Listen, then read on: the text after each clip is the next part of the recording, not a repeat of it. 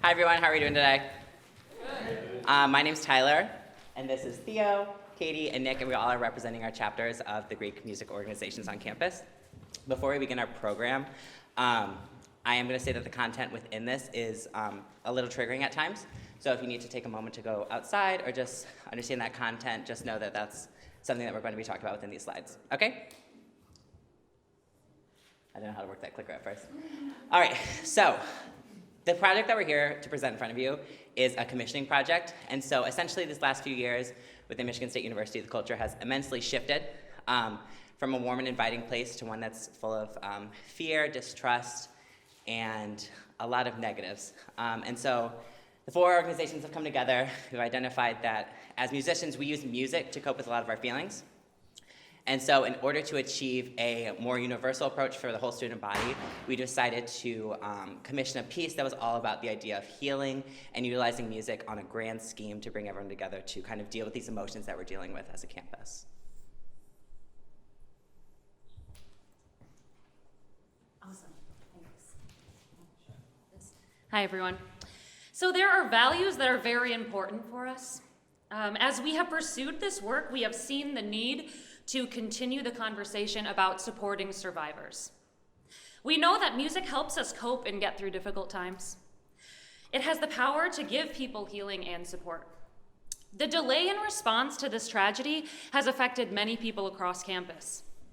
Survivors have not been showed adequate support by the MSU community. By taking a stand with survivors, this piece can give a voice to those previously silenced. This project is a step towards showing them that the community supports them. It is important that this tragedy never happens again.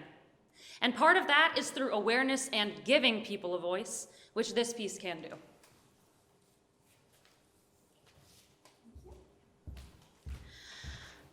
Up above, you'll see a list of our potential collaborators, people who may be bringing ideas and support to this mission. We've had a lot of support in the community and within the College of Music by students and faculty. Potential competitors, I'm going to throw this over to you. Sure.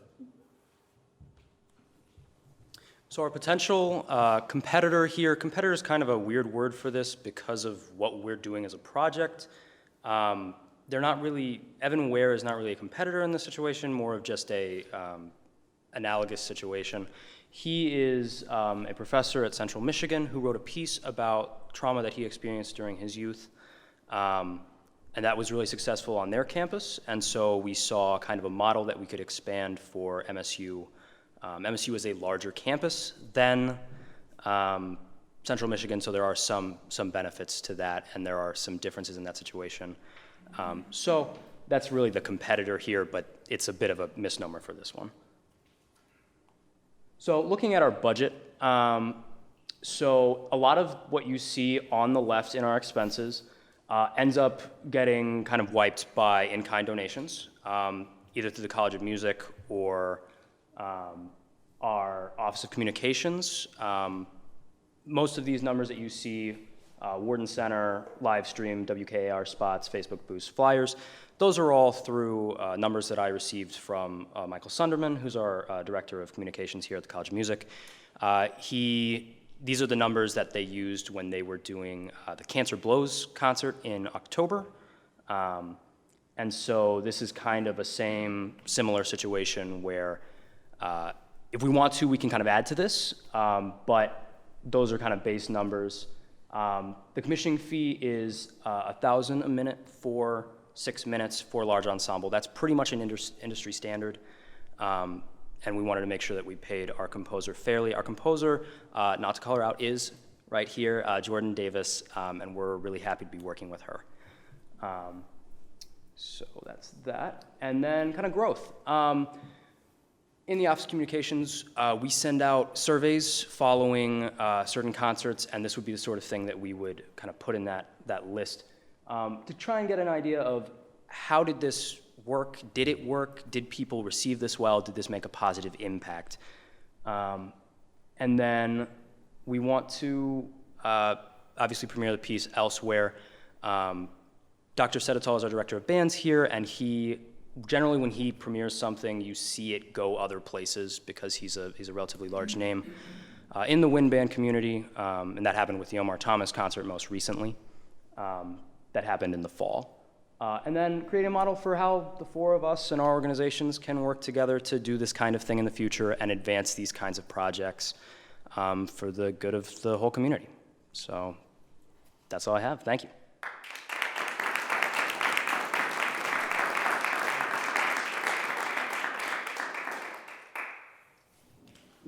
So can I just ask, you're talking about putting on one concert. Is there anything surrounding the concert about opening up the discussion? In what ways will the actual talking about the subject matter happen around this?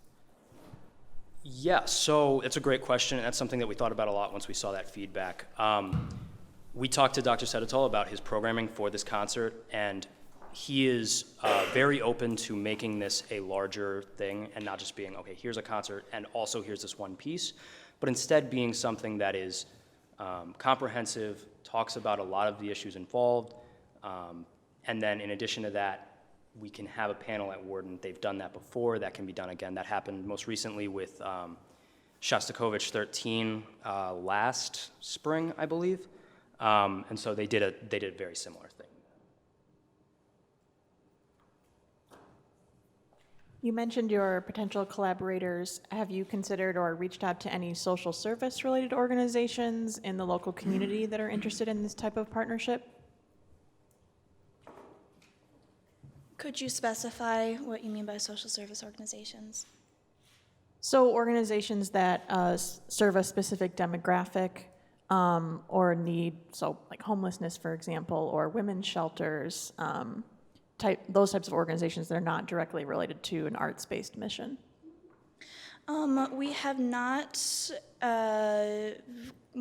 explored those options. That's a great line of thought. We're very open to exploring any type of option, especially if it's in the community, like a women's shelter. So we have not discussed that as of yet. Our list of potential collaborators is pretty long right now, so I would want to make sure that we're able to communicate well with everyone that we reach out to. So we can definitely discuss it. In your budget, it looks like you're carrying the costs associated with a full concert, right? The venue and communication and all of that.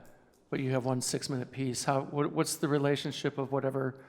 I'm unclear of what ensemble is going to be performing this, what the relationship and the marketing message is, and who's the audience that you're going to attract outside of that ensemble's normal audience base. So this past season, I'm in the Spartan Marching Band, and so we had 2 members of our ensemble who lost loved ones to cancer. And so this past season, they dedicated a concert to an organization called Cancer Blows.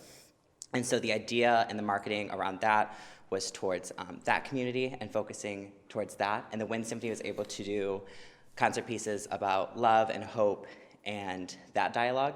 And the conversations that we've had with Dr. Sedetol have been very similar to that, so that we can transcribe that idea into this and reach a different demographic with the idea of sexual assault survivors. Time's up. Thank you.